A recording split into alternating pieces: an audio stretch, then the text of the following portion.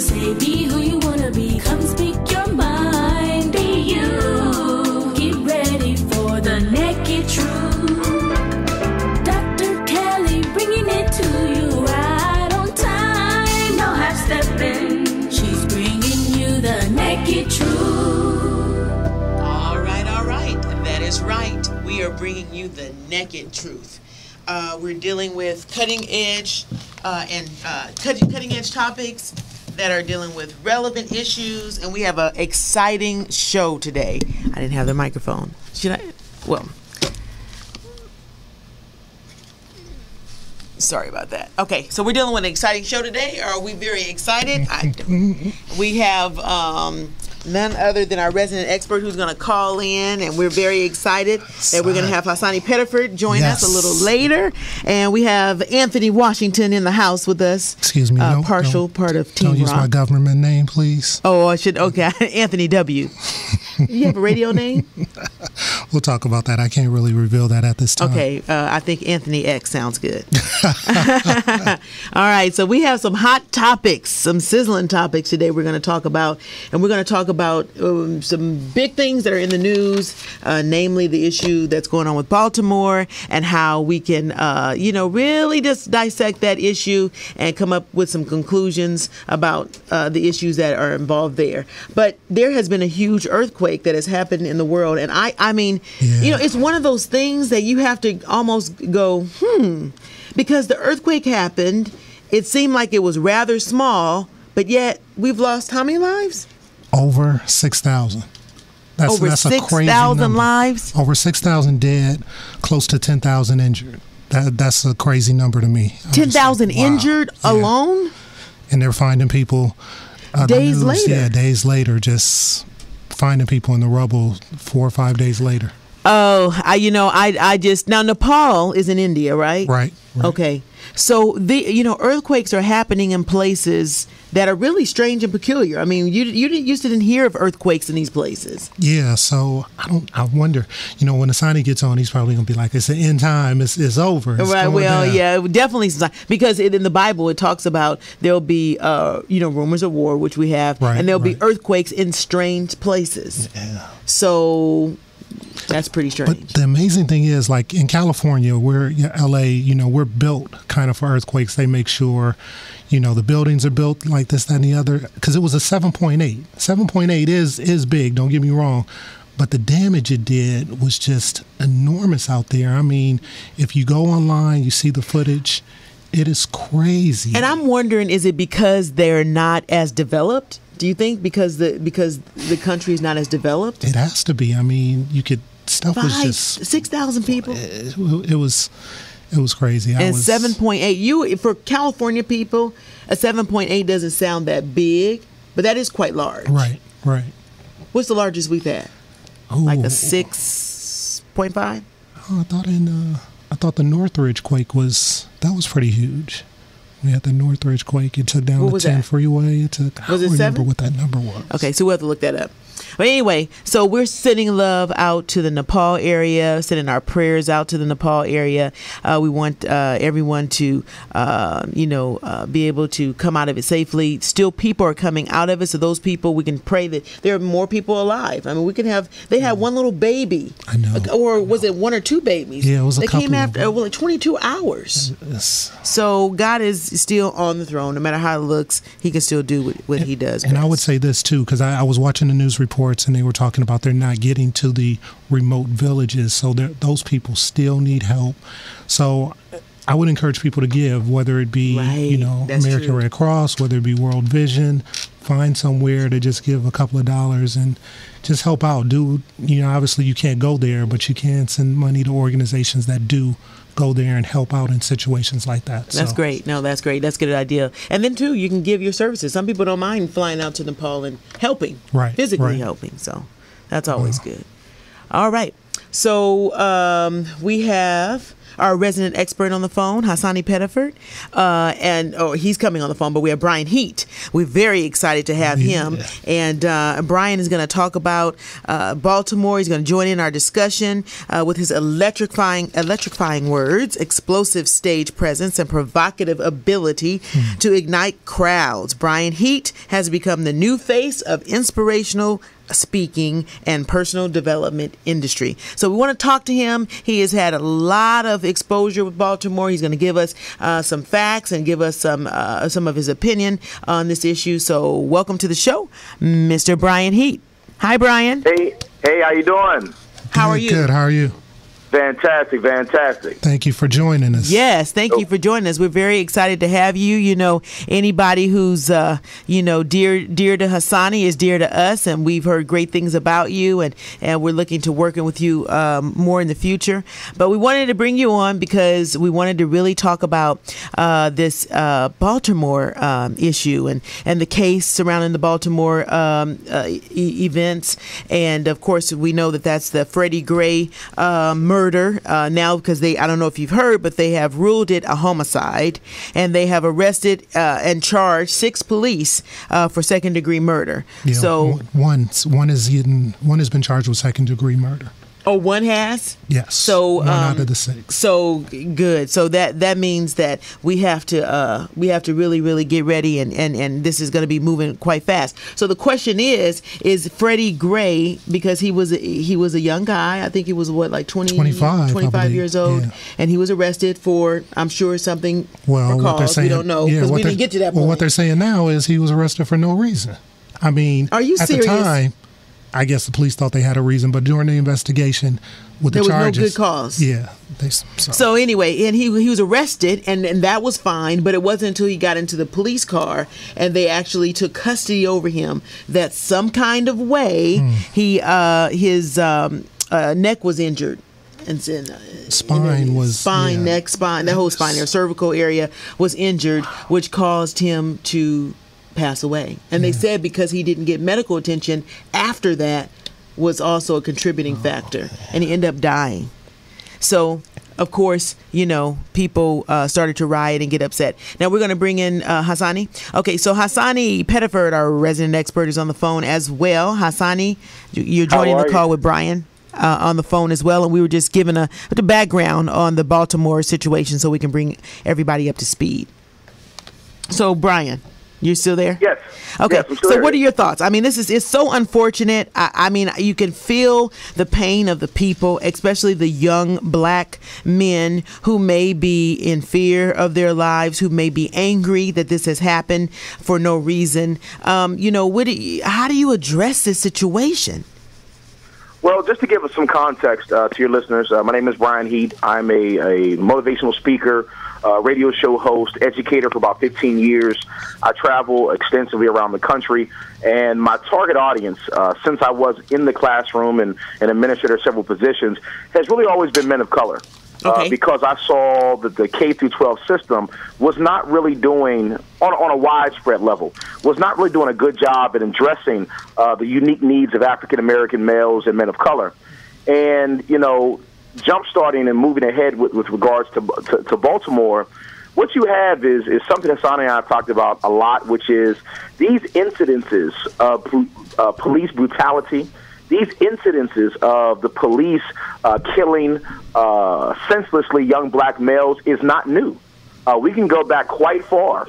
And what is new, though, is maybe the emergence of social media and smartphones and technology, that now what happens is it's harder for police and corrupt systems to keep these things from getting to national news. So that's what I think is occurring right now, is that these are not new issues. It may be new issues for people that have not been paying attention, but these are things that have been systematically been done in our communities in terms of not valuing people of color, specifically males. Baltimore was a hotbed already.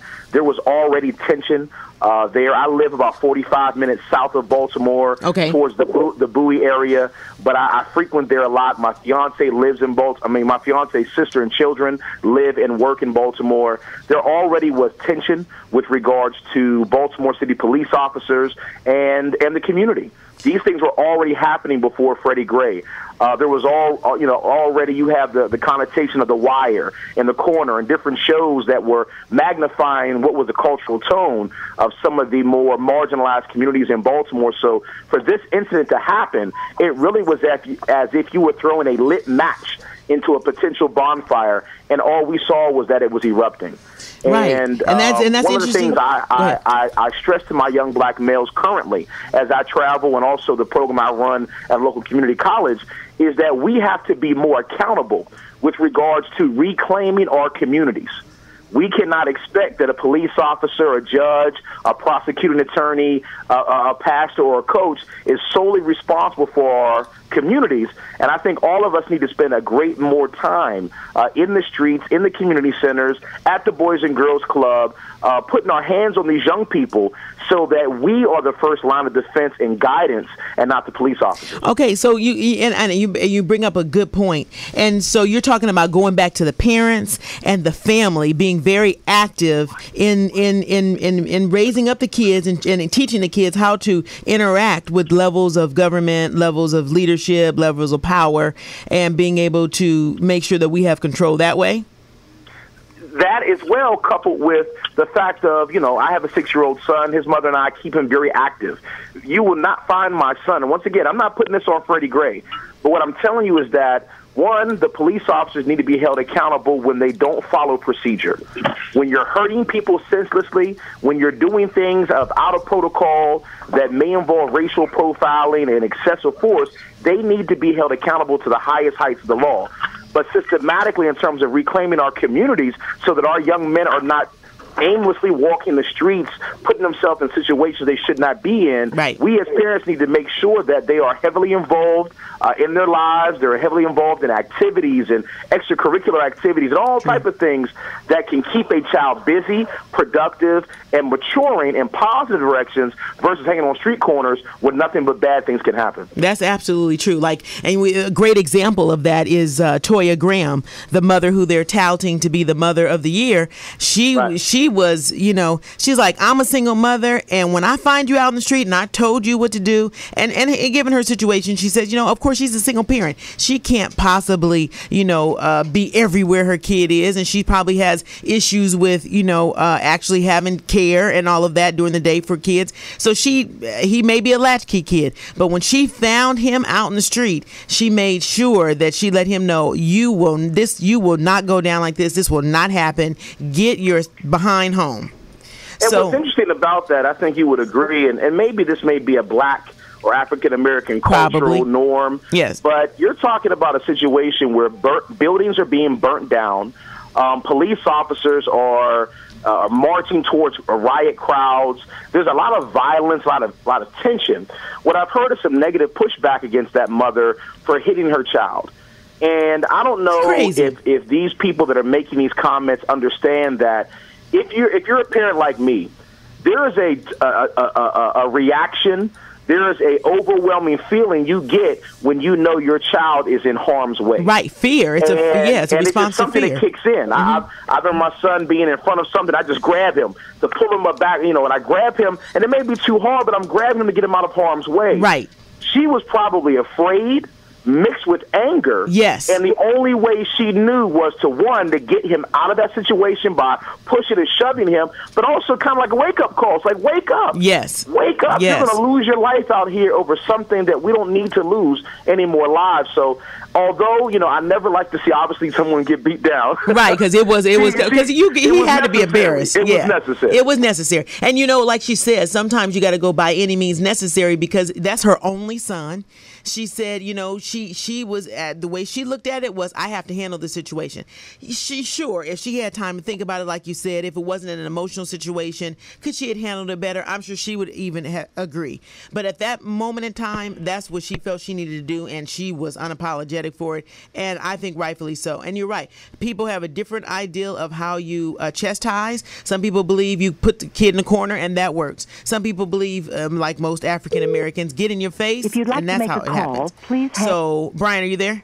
Okay. Yes. Okay. I thought we lost you. So yeah. So it just you can't when it comes to that kind of stuff, you have to go by the person's judgment unless they're clearly beating their kid or there's some type of criminal offense being committed. Then I think that she was okay.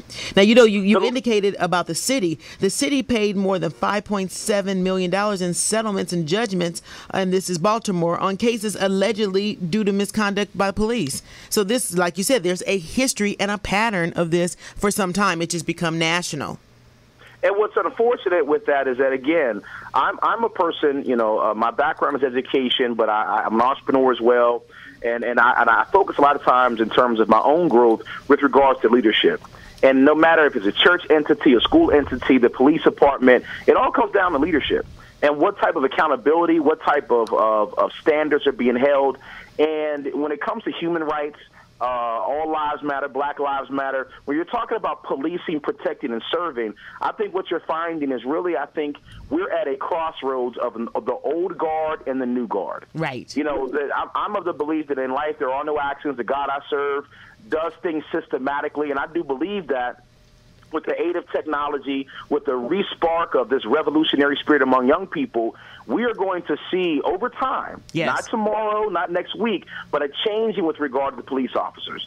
Because there's going to be too many lawsuits, there's going to be too much notoriety and public exposure that they can't afford to continue to senselessly make these mistakes. Oh, it's my taser. Oh, I thought it was a taser. Oh, I thought he had this. Right. No. Right. Life is not worth the frivolous decision making of, oh, I thought it was a taser. I agree. If you can make those type of frivolous decisions where someone does not make it home to their children, you do not need to carry a gun. Right. You need to go behind a desk and push some papers. And I think that's what's going to start happening is we're going to start having more community-based policing, where as a part of their training they will have to do community service hours in schools, in churches, getting to know the community they're in, because again, we're not going to tolerate this anymore. Our young people are beginning to feel desensitized. My new hashtag is no more hashtags. I'm tired of another black male every week, every month. Since Trayvon, times 10, every week is a social media hashtag. We need to have systematic change. True. Hassani, you want to chime in? Hassani's coming. Before you chime in, Hassani, the interesting thing is the statistics were crazy up there. I looked up some of the things that were going on in the police van, and they say this has been going on for a while. So they said in 2005, police arrested a man for public urination, and then they didn't buckle his seatbelt. So they're making turns, they're hitting the brakes, they dislocated his spine, and that was crazy. In 2012, a woman claimed they didn't buckle her seatbelt. So they're stopping on the brakes, hitting the brakes hard to jam her up. And it goes on and on and on. And of course, like you said, the city's paid over $5.7 million in settlements. And I'm That's just crazy. like, what are they doing? When you hit people in their pocket, that. they remember. When you hit people in their pocket, but they obviously remember. not, because the city keeps paying and police keep doing what they want to do. Right, but it's growing, and national attention is growing. So maybe Brian has a point. So Brian, you think the tide is turning? I think it's turning, but it's not going to be overnight. I just think that it's going to be impossible. You know what? It's so funny. Once again, I give it back to God. Is because the God I serve does not make mistakes. Is that you have to realize that, to me, prior to Trayvon Martin, the civil rights spirit, the power to the people spirit, the revolutionary, we must continue to fight for our rights across all platforms, was dying. Was slowly dying by capitalism and feeding African Americans lots of luxury and distractions. We almost believed that racism had gone away. And it was not a reality in our lives because we had become so opulent and we had so many things at our possession. And yes, the economy got a little bit shaky, but we still were not feeling the outwardly smacks of racism. When Trayvon Martin got killed senselessly, and then only to watch the same guy who got away with it get in trouble with the law 10 to 15 more times with regard to domestic violence, and just we knew that craziness. Yes, they let him get away. What happened was they re-sparked the revolutionary spirit in young people that had been really disconnected from the Martin Luther Kings and the Marcus Garveys and the W.E.B. Du Bois and the Malcolm X's. They didn't even have that same desire to keep pushing for civil rights and human rights. But now, because of these issues, it's re-sparked the revolutionary spirit, and young politicians and young advocates and young community organizers are going to force lawmakers to start changing over time. I agree. It will happen. It just won't happen tomorrow. I agree. Hassani, you want to chime in? We can see you talking on Skype, but we can't hear you. Hold on one second. All right, we'll get there. Yeah, we're getting there. That's all right. We got to get our resident expert on, so just hold on. We're having a little technical difficulty. I want to mention one other statistic that I thought was very interesting. The unemployment rate in the area that Freddie Gray, his neighborhood, is currently at close to 52%. They said the median income is $250 below the federal poverty line. And I'm like, what is going on out there? Why are people not... Do the city officials not work? Don't care? Do they not? No. I'm thinking it's the city. I mean, people want to work. As a man, when I was unemployed, right. I wanted to work. I didn't want to just sit at home and collect the check. So you thinking there's no jobs in Baltimore? I'm like, what is happening? So I don't know, Brian, if you can kind of address that. Has that kind of triggered part of what's going on out there? Now, with regards to that, you broke up twice. So we were saying one more time, please. Okay, so we were saying he was saying the unemployment rate in Freddie Gray's neighborhood, particularly, is at like 51.8%, and the median income is $250 below the federal poverty line. So he says, "What's up with that? Are there not jobs out there? Are people not working? Why is that?" Well, you have a couple things going on. One, they're limited jobs. I mean, it's across the board, and it's not limited jobs in terms of just African Americans. You have limited jobs across the board. But it's affecting, as you said, the statistics of that community. It must be affecting that community even harder. The numbers don't lie. On top of that, you do have a variety of reasons that stop someone from getting employment. That may be lack of education. That may be lack of resources. It obviously then again goes back to the home in terms of preparing your children for that path of success. I mean, there's so many different variables that play into this situation. That's why you keep hearing the word reclaiming your community and the systematic issues. The reality of it is that when a culture, a community, a block goes bad, there's a variety of reasons that it goes bad for. But what you have to do is everyone has to be more active. Let me give you a small example. My fiance was going to the grocery store 2 days ago, and I think she might have gotten there after work, maybe close to about 8 o'clock, 8:30 at night. When she got to the grocery store, walking into the front, she saw maybe a 14 to 13-year-old girl selling Girl Scout cookies, standing by herself at 8:30 at night. I mean, it's getting dark on the East Coast. That's crazy. That's the scenario. The first thing she did was her radar went off. If I was her mother, does she still need to be out at 8:30 at night by herself, standing on the curb in front of a grocery store? Delena's comment to me was, "Baby, I told her no. You don't need to be out here. How much money do you need left before you're done with those cookies?" The girl said $25. My fiance gave her $25, bought all the cookies, and said, "Take your behind home." Yes. Go home. Yes. That's what I'm talking about in terms of reclaiming your community one impact at a time, one person at a time. We can't tackle politicians all at once. Right. We can't tackle employment all at once. Right. But all of us need to start being more active and stop being sideline revolutionaries. I agree. And that's awesome. That's an awesome example. So, because they have economical issues, and then, of course, they have these issues with, the police brutality, and then you just have issues of just us as a race not fully progressing the way we should because of things that we haven't pressed past. It's just a bad situation. Now, do you know what percentage of Baltimore is actually African American? I do not. Like I said, I've been in this area in the DMV probably since 1999, but I've never resided in Baltimore, so I don't have those statistics regarding the percentage. I do know that it has some very dense populated areas, but in terms of the city at whole, I do not know the percentage. Wow. Yeah. You got something to add? I see this on TV, and I've said this before. growing up, I kind of grew up in a diverse culture, in black neighborhood, but I was around different cultures and different shades and so forth. So I never really feared the police. There was no fear, as they were my friends, Right. They were to protect you. They were the ones that came to your school and talked about, right, you want to be a police officer. But it's interesting now, seeing all of this that's been going down in our different cities and so forth.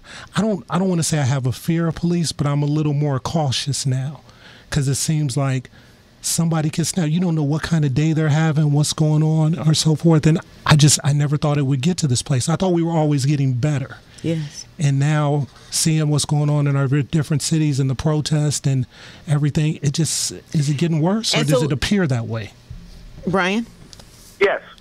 He said, he said that when he was growing up, he didn't really feel intimidated by the police or fearful of the police. It wasn't until recently that he really started to take a second look at them and be concerned. So is this something that's changing even for the older black men?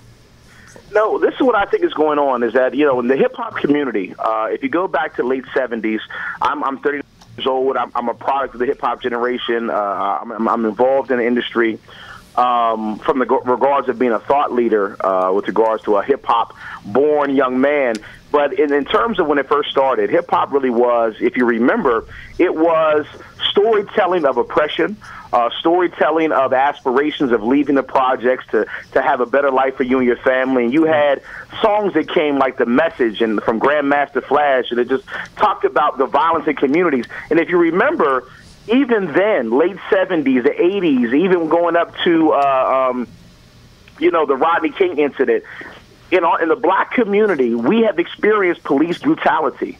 Now, some of us, our story may be based upon where we lived. We didn't see it as much, right? But we knew it was there. I mean, L.A. and NWA with Eazy and Dr. Dre and gang violence, what we were introduced to, and I think what was more...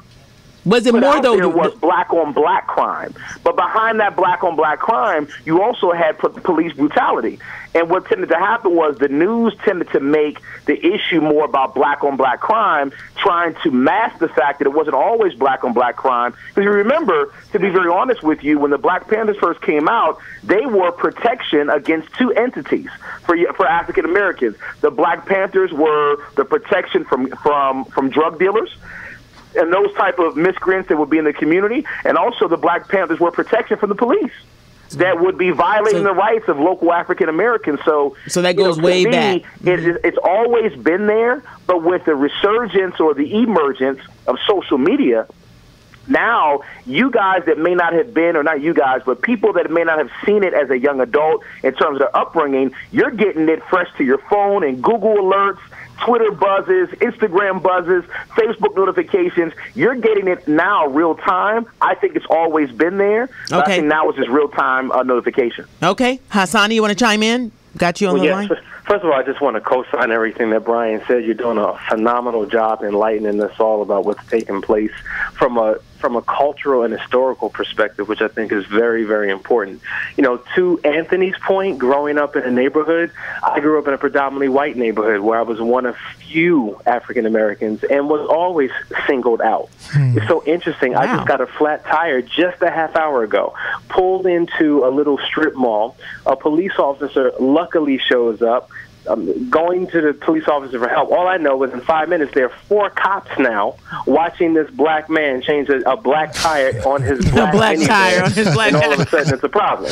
Right. And so how did it make you feel? Our experience in America is so significantly different than every other culture of people, particularly white people. They don't have the same perspective, understanding, fear, legitimate fear that we may have, because every single moment. Now, what's interesting, I had a friend with me. I'm approaching the cop.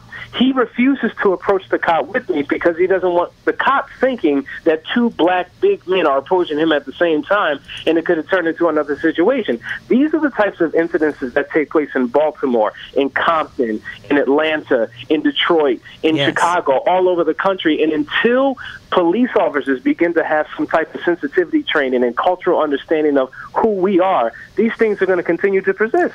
But we had a police officer on our show last year, and it's an African American cop, and he was saying that you have to look at it from another vantage point, and that is that the cops come in with a certain amount of intimidation and fear, because they're looking, like you said, they're looking at maybe a particular black man as being of large size, a little intimidating, and so they're thinking they need to handle him before he handles them. So is it possible that this could just be a coincidence of two people who are experiencing fear, and then the reaction or the outcome is exactly based on that, or as related to that? Well, all of those things are possibilities, Raquel, but the reality is if you are a police officer and you carry a gun and a badge, there should be training that kind of deals with that, because you can't allow people's insecurities, fears, and inadequacies to creep up in the job on a day-to-day basis, which causes the loss of so many African-American life in men, now even in women. So to me, that's an excuse that I refuse to accept, because you know what? If you can walk home with your fear, but now I have to be buried 6 feet under because of your fear, something's wrong. That's true. And that's absolutely true. Let me also add in, guys, that yes. there's a book recently written by Steve Stout, who has some background in entertainment marketing and now has a company called Translation, where he basically takes corporate America dollars and breaks them down in terms of urban marketing. He recently wrote a book called The Shading of America, or The Tanning of America. Tanning, yeah. And basically in the book called The Tanning of America, he talks about that the white majority really is not is I can't even tell you there still exists a white majority. There now is becoming, if you're including all people of color, you have a resurgence or an increase in population of people of color. And because this now is becoming more predominant with evidence of a black president and so many black advancements and Latino advancements in this country, what you're having is where a power structure did not have to be culturally sensitive before, now they're being forced to be more culturally sensitive because minority numbers are becoming majority numbers. Right. And what's so interesting is outside of the police force, you have other entities like education. I work at a local community college in Maryland, and it's been around for 50 years. And in those 50 years, the demographic of students has gone from all white to all black, but the faculty has remained primarily all white. When I first got there, the first thing I asked was, has there ever been diversity training for any faculty that teaches here? And the answer was no. So now you see why there may be some disparities between the power structures, an old guard, education, police force. People are it's the growing pains of a new society now being asked to be more empathetic in terms of diversification and people's rights. Right. Well, before you didn't have to think that way because our numbers were not where they are, but now we're increasing, and I do believe white America needs to be more conscious of diversity training, as Hassani stated. That is so true. So, Hassani, what do you think? Do we have a lack of leadership? Because some people say, back then we had Martin Luther King. Right. We even had, further around that time, Malcolm X. We had people who would lead and would be even Jesse Jackson in our time, in our early years. But who do we have now that we can look to and say, I'm sure Al Sharpton definitely would qualify. We got to give him props because he comes out when he needs to. But who do we really have? Forget you, and then you start talking about Al Sharpton. Well, now you know that I've always been the number one defender of all black leadership in a general sense. However, I think the problem is we're still looking. Listen, we know historically that the FBI had an agenda. It was to deny us leadership, organization, and truth. Now, the individuals that you see that quote-unquote represent our people are those that were more selected, if you will, by the powers that be to kind of calm the masses of people. Because anytime you have a legitimate leader that rises up amongst the people, they become a threat to the system. That's why you need an infrastructure and an organization amongst local leaders working together, and you do see elements of that. I think all of us should have to fight in our own lanes. So one thing I do know is that Pastor Reverend Jamal Bryant amassed all of the local preachers in the Baltimore area to begin to work. The NAACP is coming together. You have local brothers like political activists that are coming from the surrounding areas that are kind of working together. So I think the leadership is there. I just think that we need to stop being so reactionary, and when nothing's going on, we need to come together and be proactive so that when the next situation occurs, we know how to quickly respond to the situation. That's absolutely true. I wonder, do other ethnicities? That's can good. I say that? There you go. There you go. Do they look at us sometimes and be like, well, y'all kind of cry wolf a little bit? I mean, we not too long ago we had Taraji P. Henson. Her son was stopped right by a police officer, and he was, do you have any marijuana? Do you this? He was stopped, and then Taraji came out and was like, y'all harassed my son. Profiling. Yeah, so they immediately released the video. It showed the officer was very respectful to her son. She ended up apologizing real quick and in a hurry. So I'm like, so when do they believe us? Do we throw out that race card too fast? I'm sick and tired of apologizing to people who don't understand my experience. If I cry wolf, and if there are other examples of men and women crying wolf, well, why are we crying wolf? Because 9 times out of 10, there is a wolf that's on our back. There is a wolf that's attacking us within our community. There is a wolf keeping us from, obtaining certain things, whether we're talking about economics, whether we're talking about occupation.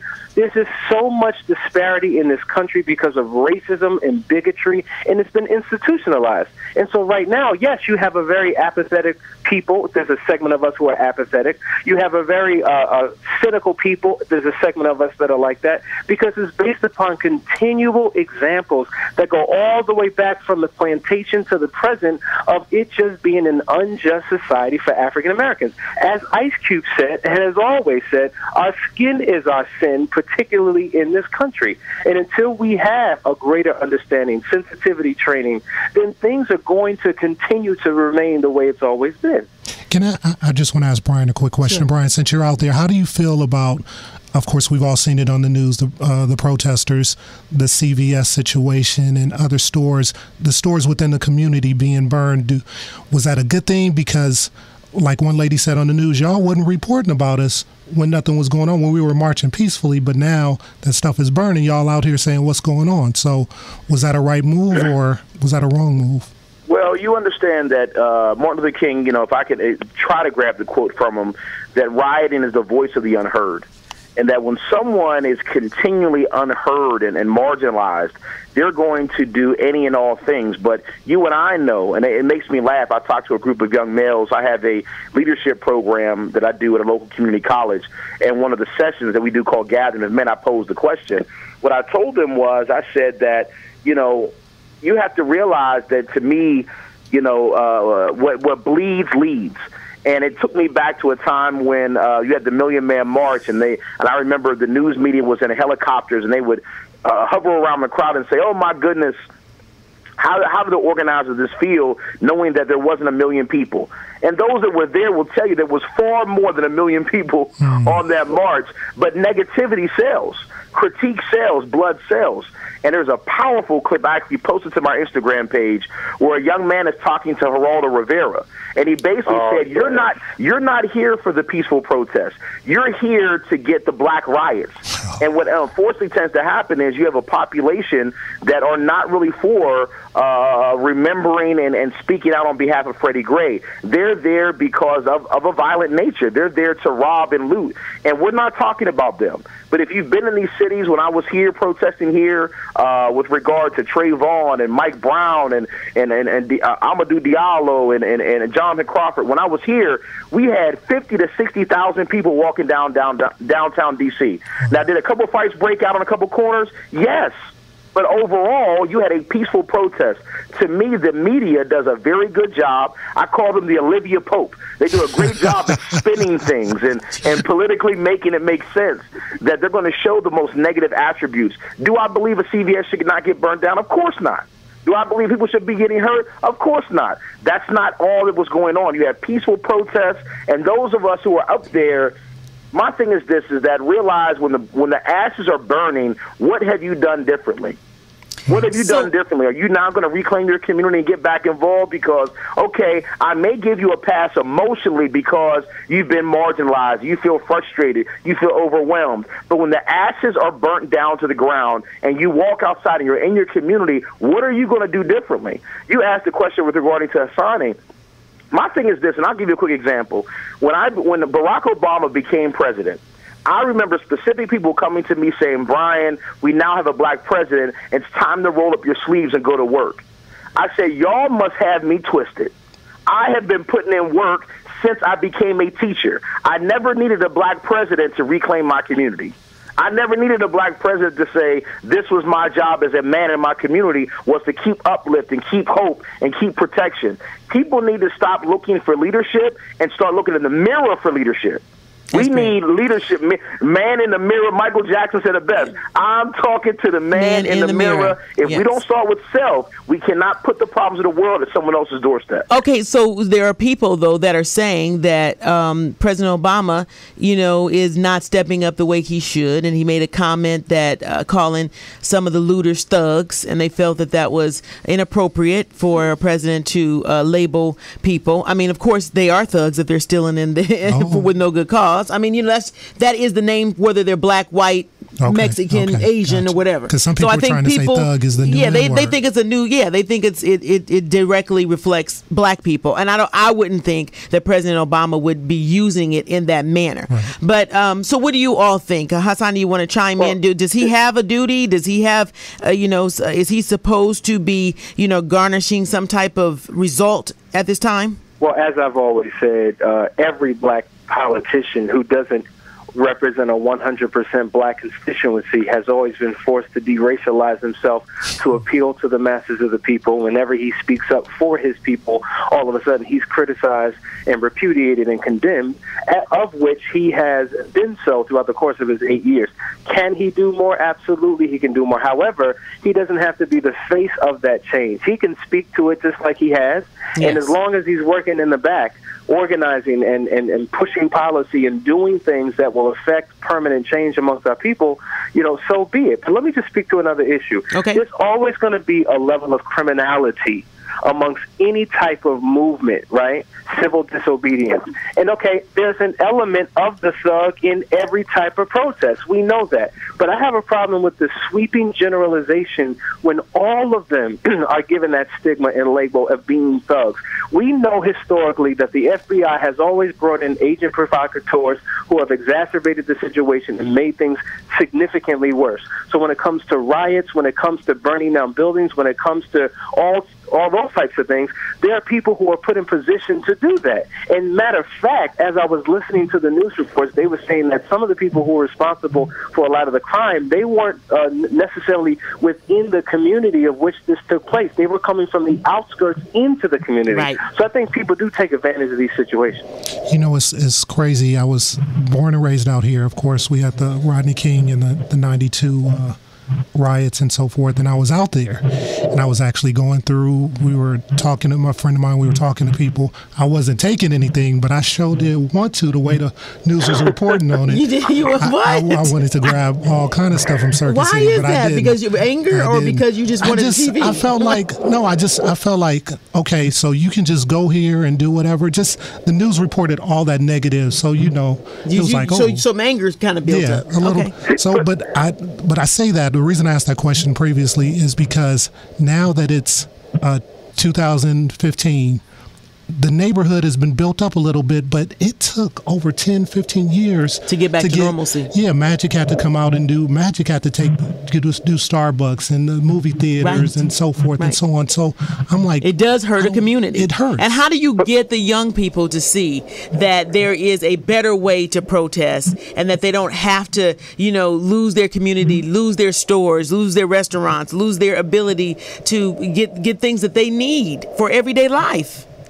Well, this is the thing, and I'll say this, and I know Brian has something awesome to say about this.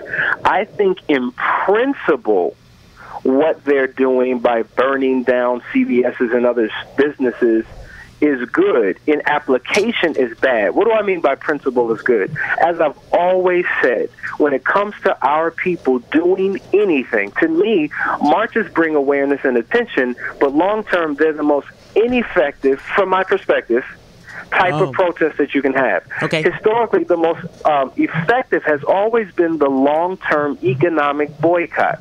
So burning down a building in principle says we don't want to patronize this particular store. We want to hurt the economic base of this particular business owner or whatever. I think if we did that in an effective, productive way, it wouldn't lead to flames and the city up in flames and people dying and things of that nature. I think we need more organization, more discipline, and more of a willingness to enter into sacrifice over an extended period of time, because when they start losing dollars, that's when change, and from my humble opinion, begins to take place. That is so true. I'm sure. Yeah, I'm sure. So more economic sanctions, like, for instance, we're going to stop buying from so-and-so. We're going to stop buying from so-and-so until we get the attention that we need in order to get some things pushed through. Raquel, does not our nation put economic sanctions on other foreign nations to squeeze them economically? Absolutely. Does it not have a powerful effect? Of course it does. So if we could learn from what we've done in the past and what America and other countries have done successfully throughout the world, I think that we would have more of a position of power to operate. But Hassani, we're such consumers, it's sad to say, that I'm wondering if we can even do that. Could we stop, let's say, could we stop getting our nails done? Could we stop getting our hair done? Can we stop buying tennis shoes? Oh, man. Can we stop downloading iTunes? Because Brian deals with purpose. Brian deals with understanding your passion and becoming the best person that you can be. And it's a mental thing. If we could raise a level of consciousness amongst our people, we could come together and do anything. So that's it. So, Brian, that's the question. I really think that it is a void of purpose. And this is the reason why we get off track, because we really don't know why we are here, and we don't know what we need to do in order to be successful here.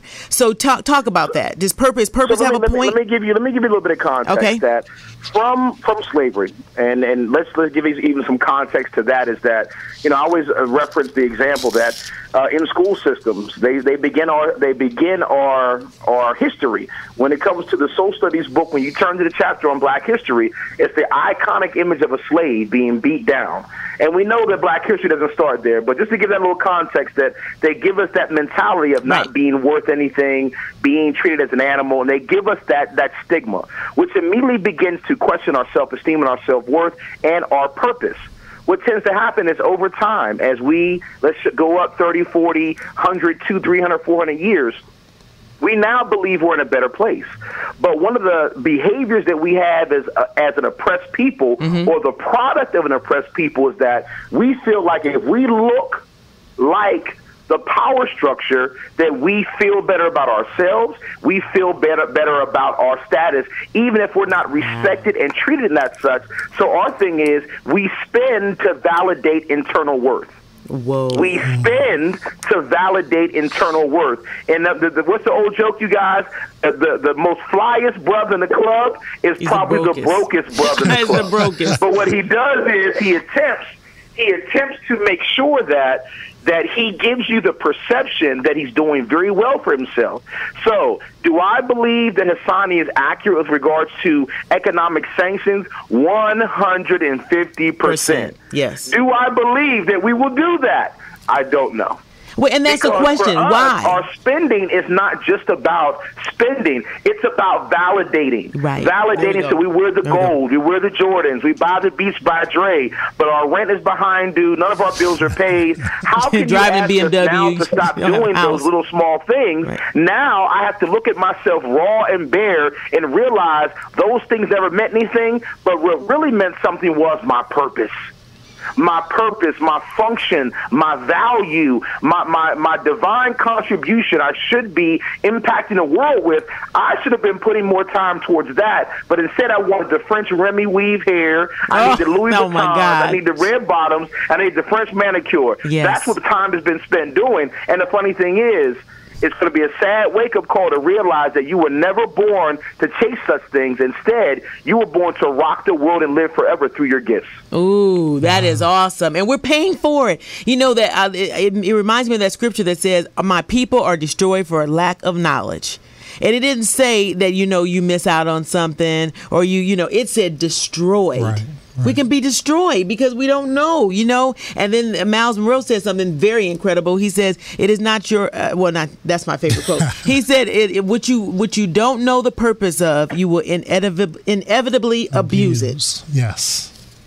So inevitably, we're abusing our lives. We're leaving our lives in other people's hands. We're not taking other people's lives serious. And so we have to get back to our spiritual roots. Don't you think? I remember when our grandmothers used to pray, the auntie down the street who really wasn't your auntie used to chastise you. I mean, we were a village. We've lost that. And do you think that we will ever see that again? Because our generation, let's say the 30, 40 people, we kind of have a resemblance of that. We kind of know what that's all about. But the 20s and the teens, they have no clue as to what that life was about. Maybe this. What you have to start to begin to do is educators, pastors, parents, moms, community activists, you have to reinstate the concept of value.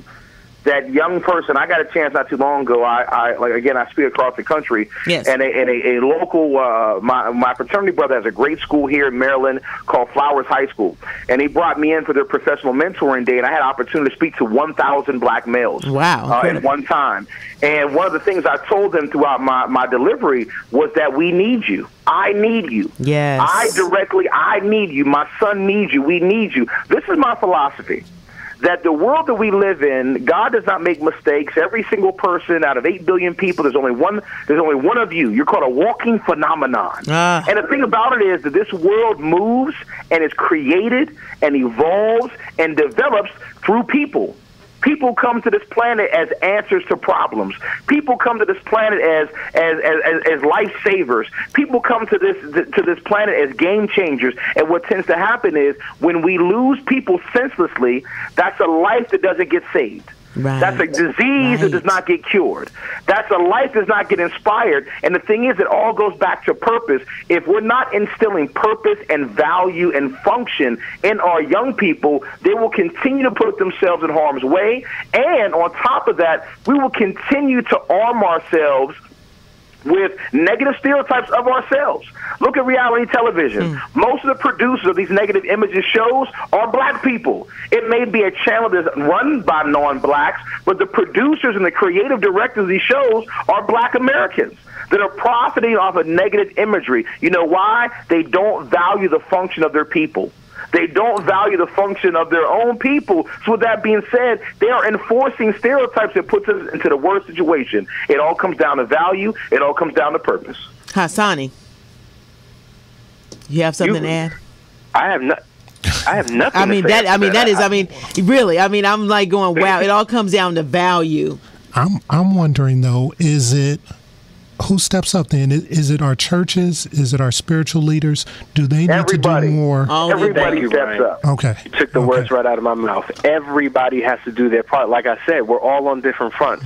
Ryan is in education. I deal with marriage and family. Yes. Both of you are connected strongly to the church. If we all did our part and stopped waiting for somebody else to ignite the flame, right? If we were stop waiting for someone else to do something first, then all of a sudden it would become a trickling effect. Change would take place all around us, but the change that you're looking for, the leader that you're looking for, resides within yourself. When you make a commitment to being the best person that you can be, your light is going to naturally shine, and people on your vibrational frequency will be drawn to you, and it will cause them to elevate themselves to become the best person that they can be. And so we all have a responsibility.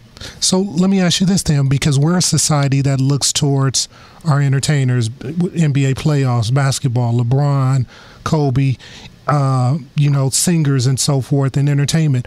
Are they not doing enough because they have a wide audience?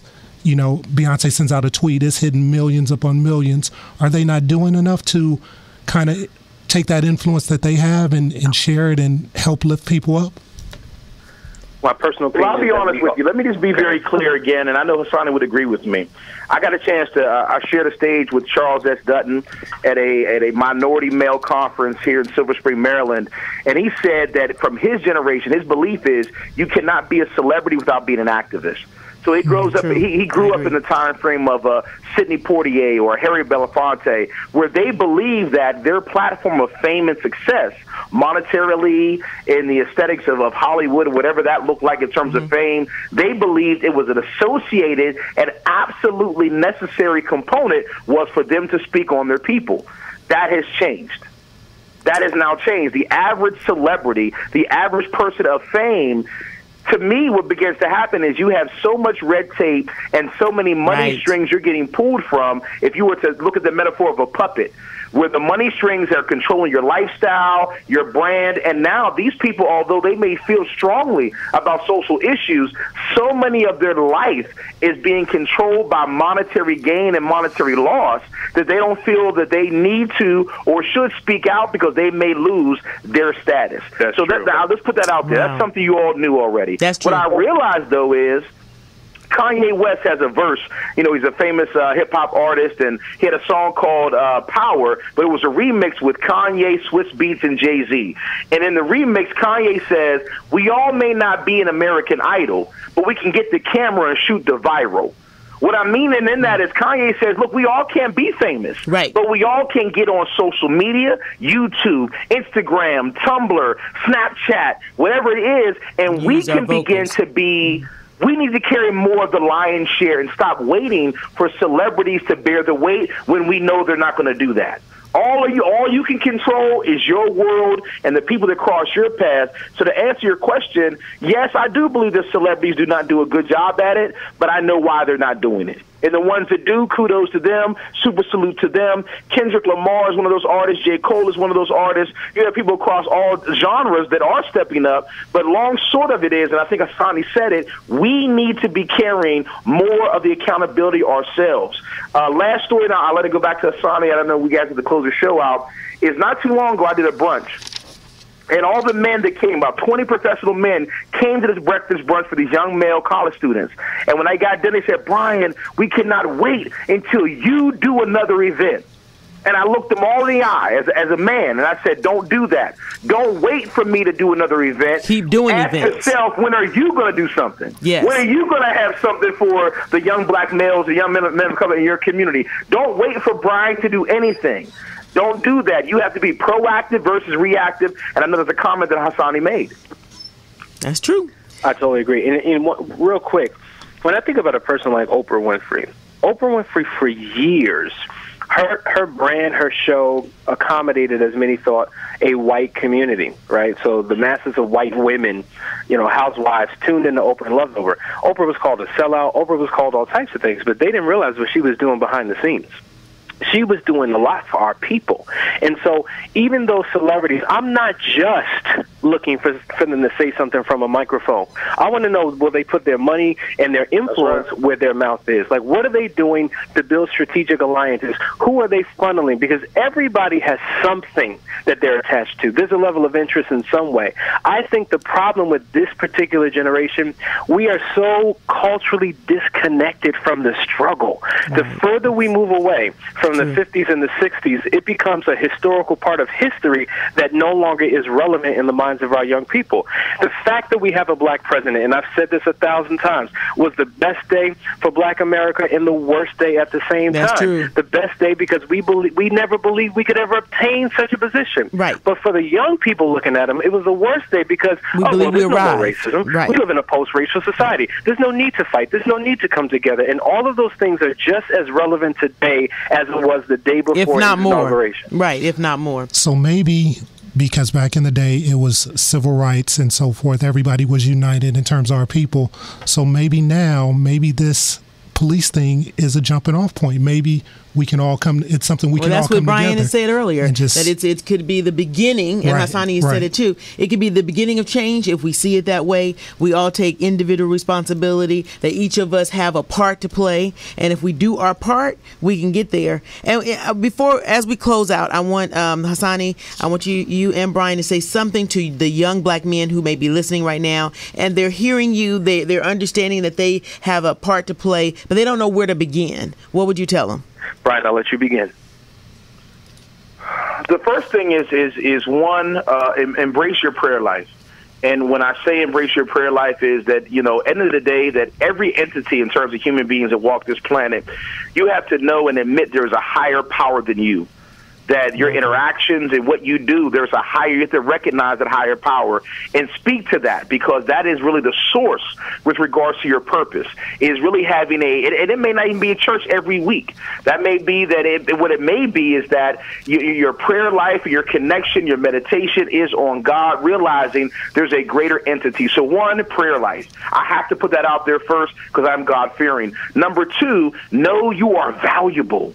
My young kings, I call them young kings. Yes. My young kings, you have to know you are valuable. There is someone waiting for you to invent something amazing. There is someone waiting for you to drop a jewel of inspiration on their life, and it needs to come from you and you only. So number two is know your value. And number three, I'll drop this on. Every young black male, this is what I want you to do. Every man of color, you should have one person who is your mentor and one person you are that you're mentee. Mentoring. So if you were to look at it, it'd be one hand up as someone's pulling you up, and one hand down as you're pulling the next man up. And that's a cultural responsibility. It's a community accountability. And if my young black male can focus on those three things: one, knowing that God is in your life and God is real, and being accountable and being knowledgeable of God is in your life. Number two, know your value. Number three, have a mentor and a mentee at all seasons of your life. Lovely. Hassani. All I would say is that you're more than what you think you are. And rather than looking at yourself through the lenses of others that hate you, take the time to look deep within yourself. You're more than your past. You're not your past. You're not your mistakes. You're not your failures. You're not where you come from. God, when He created you with a seed of destiny on the inside of you, and it is your responsibility, and you are under divine obligation to allow that seed to manifest in your life. And so it's a high thing we're asking all men to do. Rise to your level of excellence and make an impact not only in your life, in your household, with your family, but in this world. Awesome. You two are awesome, and thank you for doing your part. And you've always done your part. You'll continue to do your part. So God sees that. We see that. Thank you for lending some of your truth to the Naked Truth. Of course, we get Hassani on a regular basis because he's our resident expert. But Mr. Brian Heat, thank you for coming with the heat. We really appreciate it. And don't forget, it is not your abilities that reveal your true strengths. It's your choices. Good night. That's right. Wow. Great.